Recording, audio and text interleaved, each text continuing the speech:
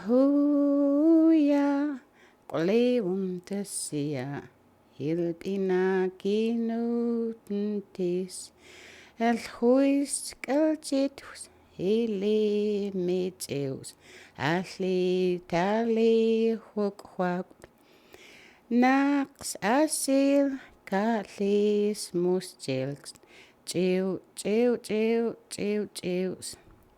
Iln Tessia Mahuya Chews. My name is Wilkie, and my mother and my father's name is, my dad is William Louie, and my mother's name is Esther Louie. And my mother's from Penticton. Her dad is Casimir Pierre. That's my grandfather from Penticton. And of course my dad, he's from Vernon here, and his dad is Gasta Louie. And that's my grandfather from my dad's side, and that's where my dad grew up, here in Vernon. And I'm going to tell you a little story about what they did back then, like say like Silver Star, Monashee, and other high mountains where they used to hunt, fish. And hardly anybody talks about that because things changed in the last decades, say half a century. It's different today. And where Silver Star is now, there was people by the hundreds go up there, right to the top, and they pick berries. And of course the elders would go hunting. The women would go out and pick berries, and the children would help the mothers and the grandmothers, and the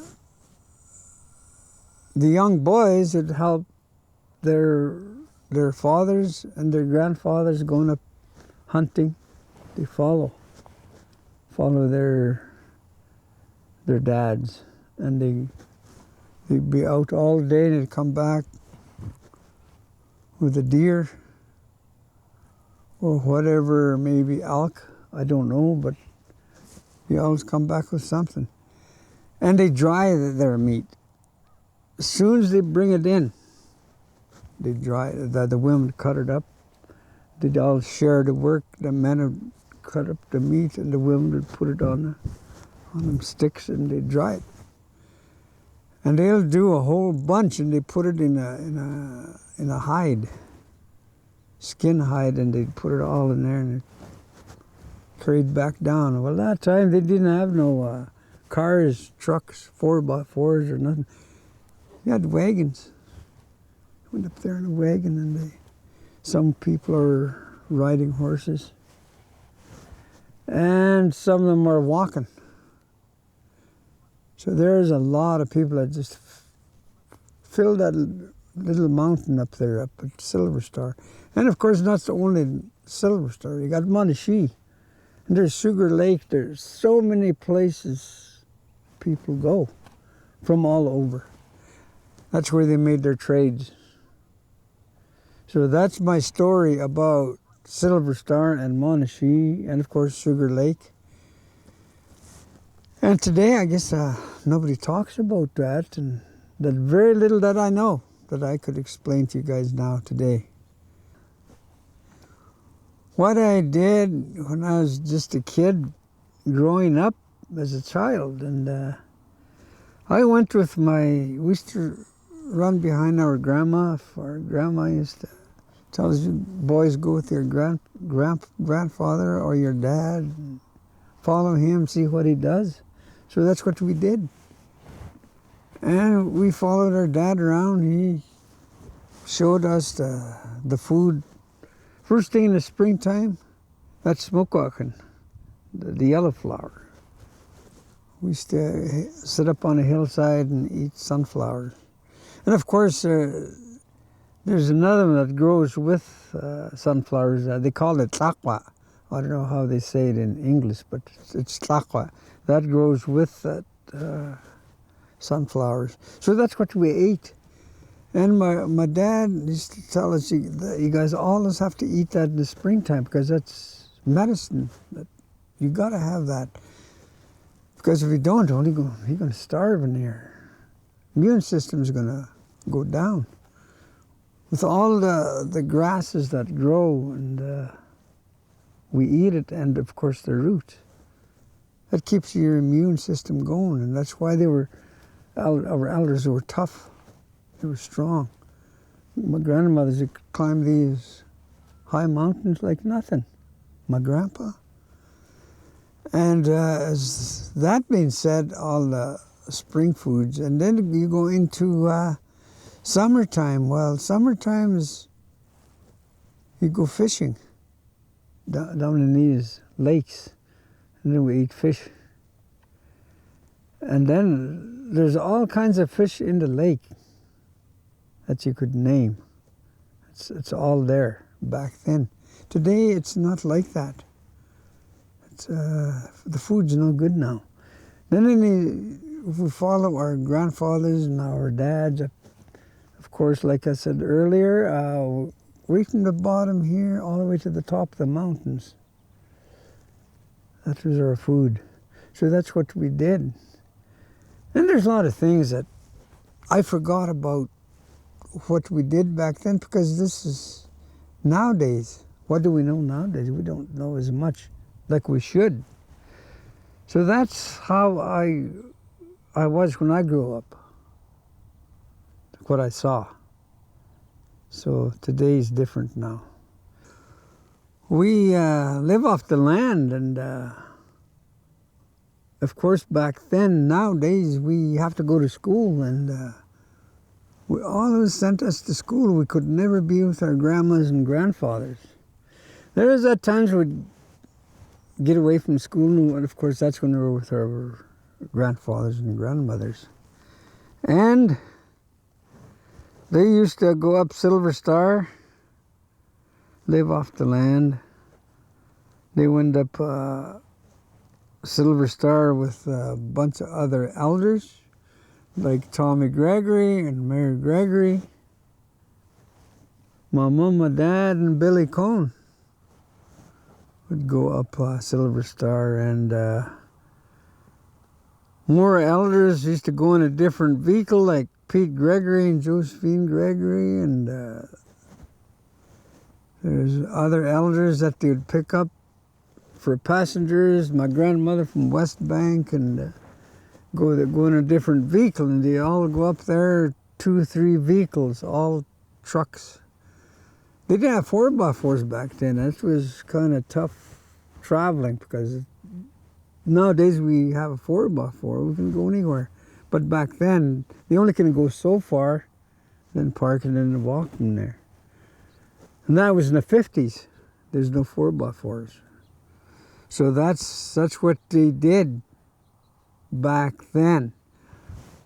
Living off the land, like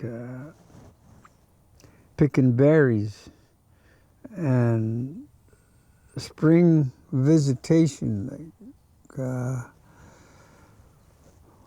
all these roots. They dig them up, and like potatoes and stuff like that. They wash them and they put them away, and sunflowers, and there's a lot of foods that you can get from the ground, right from the roots, all the way up to the top of these mountains. That was our food back then.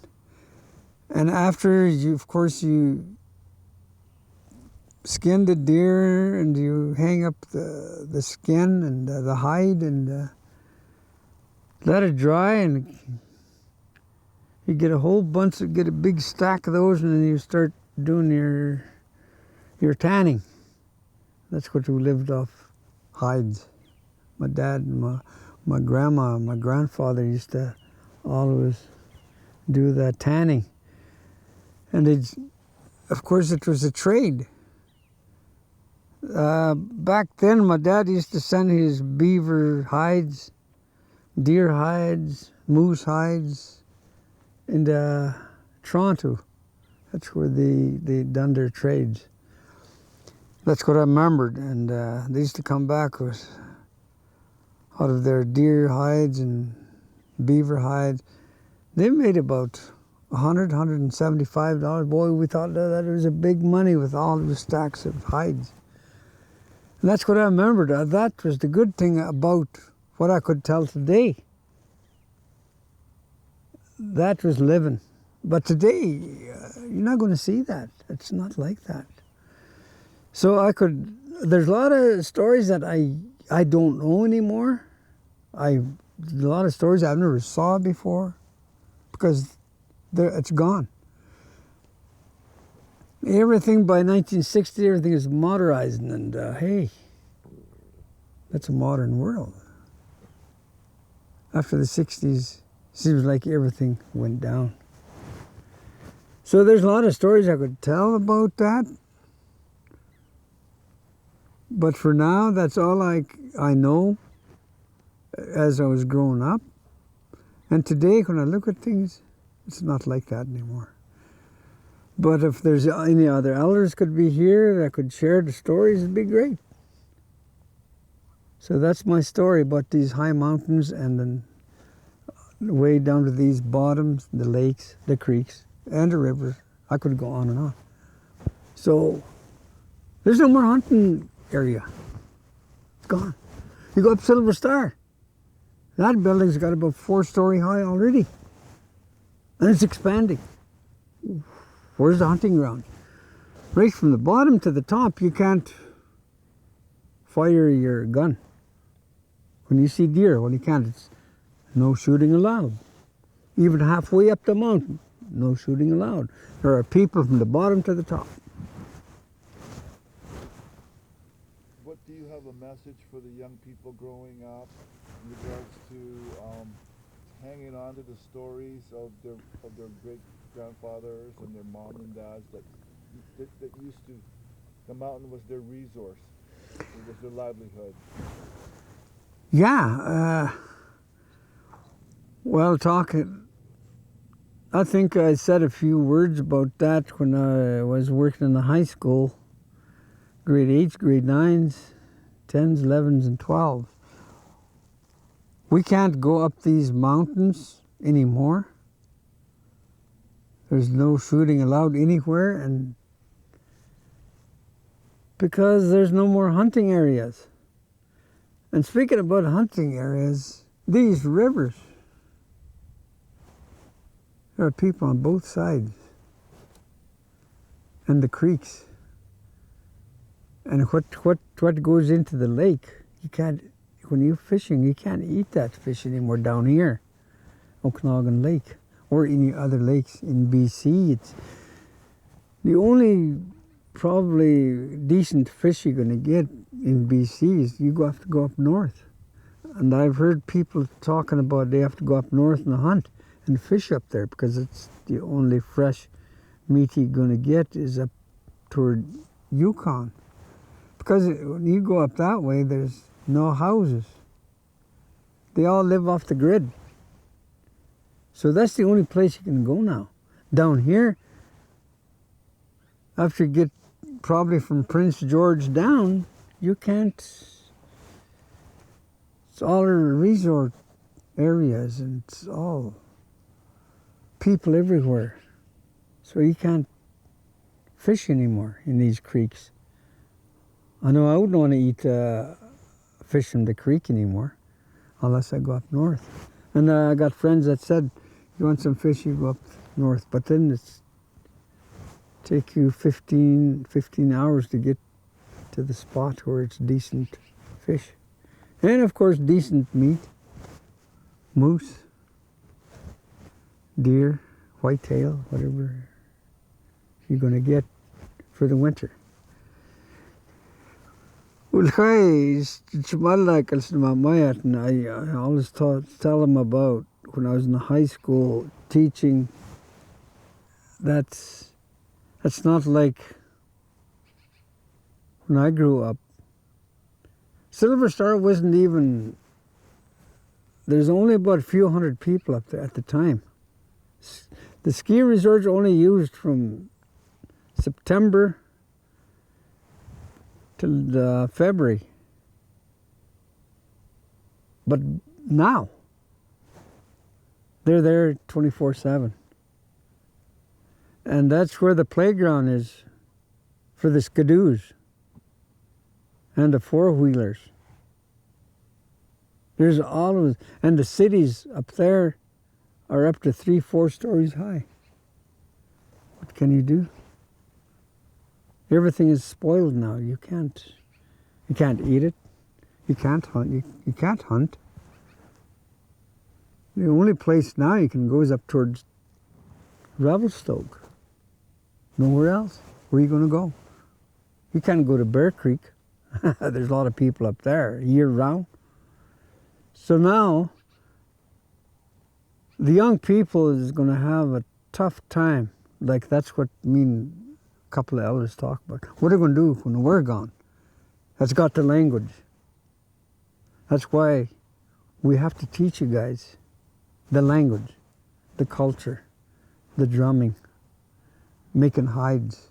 It's very little now we can do hides.